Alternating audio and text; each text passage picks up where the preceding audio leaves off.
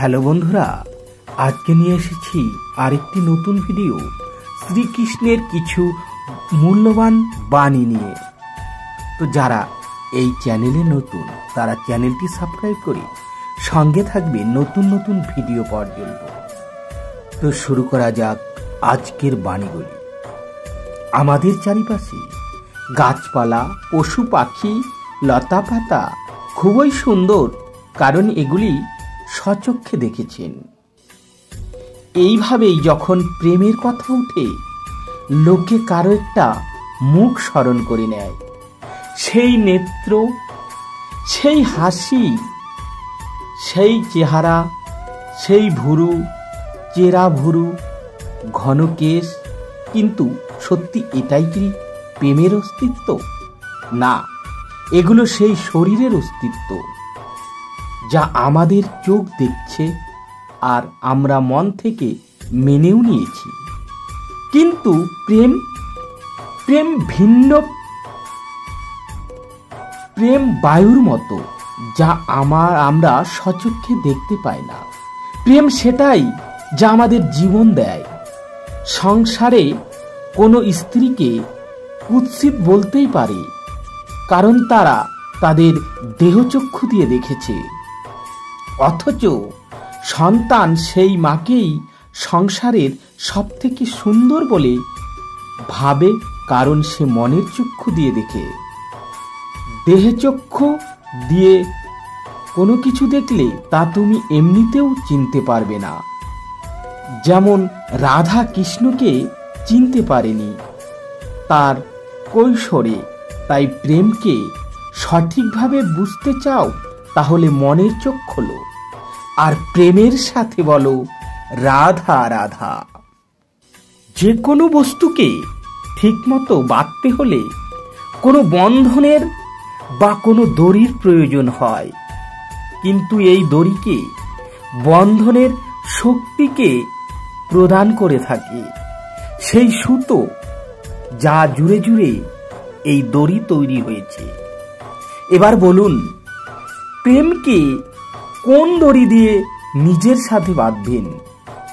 আপনি প্রেমকে গাঁথা হয় বিশ্বাস, আর এই বিশ্বাসের এই দড়ি দিয়ে তৈরি হয় সত্যের সুতো, বন্ধনে। এবার প্রশ্ন হলো, এই যে সত্য কি সেটা যেটা আমরা দেখছি, নাকি সেটা যেটা আমরা ভেবেছি? না, আমাদের সত্য হলো সেটাই যেটা আমরা বিশ্বাস করে নিয়েছি, আর বিশ্বাস সেটাই যেটাকে আমরা সত্য বলে মেনে নিয়েছি। আসলে বাস্তবে সত্য আর বিশ্বাস দুটি একই মুদ্রার দুই পিঠ। যেখানে সত্য নেই সেখানে বিশ্বাসের ভিত নেই, আর যেখানে বিশ্বাস নেই সেখানে সত্যও নিজের বিশ্বাস হারিয়ে ফেলে। যদি কারো সত্য জানতে হয় তবে তাকে বিশ্বাস করুন। প্রেমের ধরনী তৈরি হয়ে যাবে আর মন সুপ্রসন্ন হয়ে বলবে রাধা রাধা। যখনই প্রেমের কথা আসে, সবার প্রথমে মনের মধ্যে একজন নায়ক আর নায়িকার ছবি আঁকি কি? আপনাদের সাথেও ঠিক তাই হয় না? কিন্তু প্রেম কি কেবল নায়ক নায়িকার আকর্ষণের বন্ধন? না, প্রেম তো পরিবারের সাথে হতে পারে, মা বাবা ভাই বোনের সাথেও হতে পারে, বন্ধু বান্ধবদের সাথে হতে পারে, দেশ ও জন্মভূমির সাথে হতে পারে, মানবতার সাথে হতে পারে, কোনো শিল্পের সাথে হতে পারে, এই প্রকৃতির সাথে হতে পারে। কিন্তু প্রেম কখনোই সেই পাতায় লেখাই হতে পারে না যেখানে আগে থেকেই অনেক কিছু লেখা আছে। যেমন ভরা কলসিতে আর জল ভরা সম্ভবই না। যদি প্রেমকে পেতে হয় তাহলে মনকে খালি করতে হবে। নিজের ইচ্ছে, নিজের সুখ সব প্রেমকেই সমর্পণ করতে হবে। নিজের মন থেকে লাভ ক্ষতি সরিয়ে দিতে হবে, তবেই প্রেম পাবে। আর মন প্রসন্ন হয়ে বলবে রাধা রাধা। প্রেম বিধাতার সব থেকে সুন্দর সৃষ্টি, কিন্তু সব সৃষ্টিকেই সামলে রাখতে হয়। এবার একটি মূর্তিকে দেখুন, যখন কারিগর এটাকে বানিয়েছিল এটা অনেক সুন্দর ছিল, কিন্তু তারপরে এটা যত্ন নেওয়া হয়নি। এর স্রষ্টা এটাকে দেখাশোনার দায়িত্ব ঠিকমতো পালন করেননি, আর এখন এই মূর্তি অসুন্দর হতে শুরু করেছে। ঠিক একইভাবে শুধু মুখে বললেই প্রেম হয়ে যায় না, সেটার জন্য আপনাকে আপনার কর্তব্য পালন করতে হবে। স্বদেশের রক্ষা, পরিবার পরিজনদের সুরক্ষা, সন্তানের সংস্কার, জীবনসাথীর দায়িত্ব, এই কর্তব্য যতক্ষণ না পালন করছো প্রেমের থেকে দূরে সরে যায়। তাই যদি প্রেমের অমৃত পেতে চাও, সঠিকভাবে কর্তব্য পালন করতে হবে, আর মন থেকে বলতে হবে রাধা রাধা। প্রেম সংসারের সব থেকে পবিত্র বন্ধন, কিন্তু সত্যি বলতে কি, এটা বন্ধনের থেকে মুক্তি, স্বতন্ত্রতা, বুঝলেন না? তাই তো বোঝাচ্ছি। যদি কেউ আপনার প্রেম অস্বীকার করে, যদি কেউ আপনার প্রেম বুঝতেই না পারে, তাহলে কি হবে?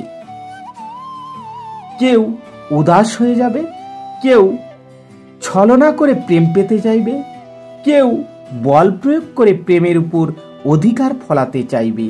কিন্তু এটা আবশ্যক নয় যে আপনি যাকে ভালোবাসেন সে আপনাকেই ভালোবাসবে, কারণ প্রেম কোনো বস্তু নয়, না রাজ্য, না ধন, যেটা আপনি বল প্রয়োগ করে নিজের বশে আনবেন। প্রেম হলো সেই শক্তি যেটা সমস্ত বন্ধন খুলে দিতে পারে, কিন্তু নিজে কোনো বন্ধনে আবদ্ধ হতে পারে না। তাই যাকেই আপনি ভালোবাসুন তাকে স্বতন্ত্র ছেড়ে দিন, কারণ স্বতন্ত্রই সে গুণ যা প্রত্যেক প্রাণীর সবচেয়ে প্রিয়। প্রেম যদি সত্য হয় তাহলে সে অবশ্যই বুঝতে পারবে। ততদিন আপনি নিঃস্বার্থভাবে প্রেম করে যান। একদিন দ্বার খুলে যাবে আর প্রেম প্রবেশ করবেই, আর মন সুপ্রসন্ন হয়ে বলবে রাধা রাধা। ভয় সবাই পায়, সেটা পশু হতে পারে, পাখিও হতে পারে, আবার মানুষও। বাস্তবে মানুষ এই ভয়কে সাথে নিয়েই জন্মগ্রহণ করে। তাহলে ভয় কি? আর ভয়ের যদি এতটাই খারাপ হতো তাহলে কি এই ভয় নিয়ে জন্মগ্রহণ করতাম?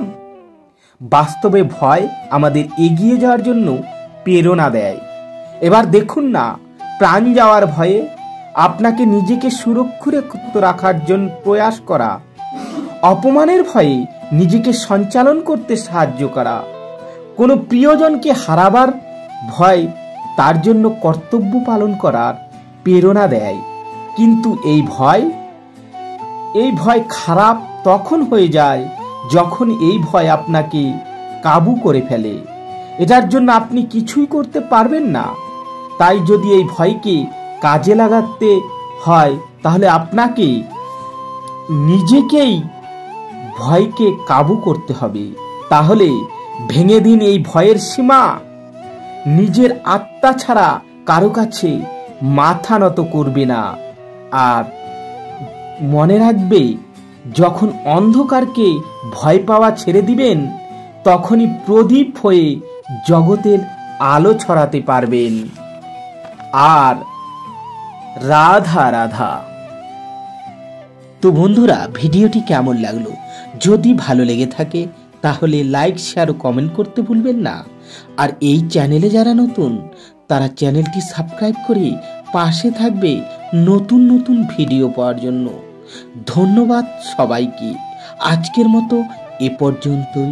দেখা হবে আবার নতুন কোনো ভিডিও নিয়ে। জয় শ্রীকৃষ্ণ। রাধে রাধে।